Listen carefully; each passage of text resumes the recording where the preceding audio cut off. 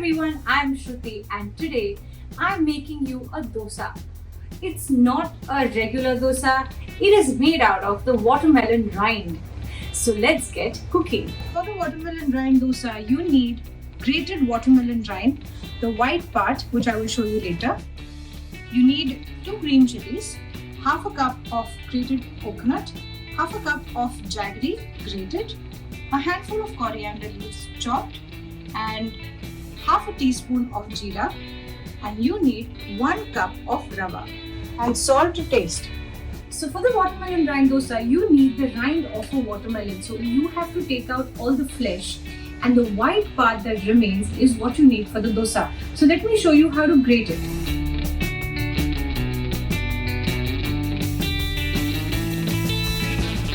I have taken out the white portion of the skin of the watermelon. So this is what you get once you grate the rind. This is the white part. It's got a lot of water content. So do not worry, the rava is going to soak up everything of the rind and all the water of it. Let's begin the watermelon rind dosa. For that I have taken a cup of the rind along with the liquid that it has. I've taken a cup of rava. We can add more if the rava is still soggy, because the dough has to be a little stiff but not extremely liquidy. I'm adding half a cup of jaggery. You can reduce it to quarter cup if you don't like it too sweet, but I like the dosa to be a little sweet, so I'm adding a little extra jaggery here.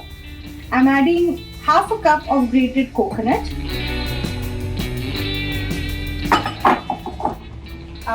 half a teaspoon of jeera, and I have chopped the green chili really fine.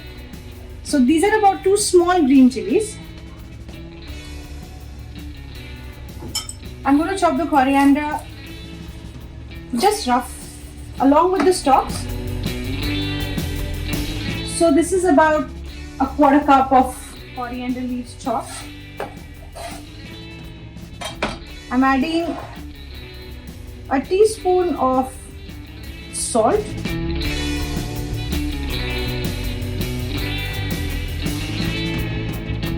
make sure you mix everything together.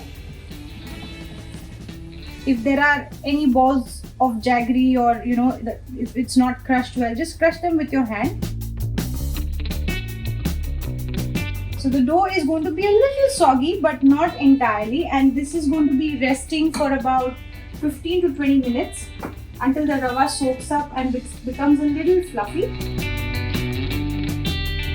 So this has been soaking for 15 minutes, and as you can see, the rava has completely soaked up and it's become a little soft now, and the dough looks a little soggy.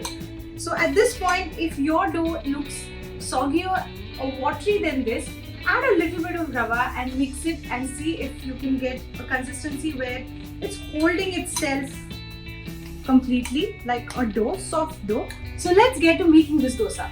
I have folded a piece of foil and applied a little bit of ghee over this, and now I'm going to just take a small ball of dosa. You can go smaller if you're not sure of making a big one. So you start patting this around, and don't make it very thin, it should be a little thick. Now you make 3 holes so that you can fry it well, and pour oil in these so that it cooks really well. Grease your tawa with a little bit of ghee. The tawa is smoking hot. Just spread the ghee around with a kitchen paper.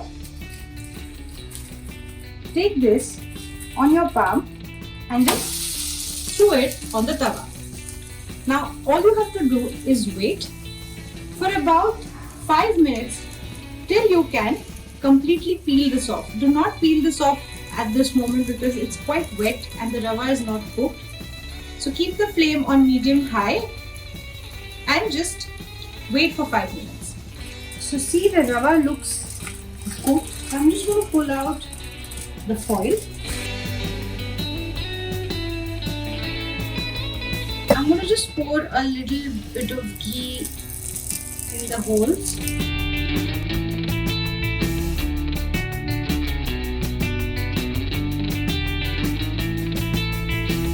Just press it so that it uniformly becomes a little golden brown on the other side.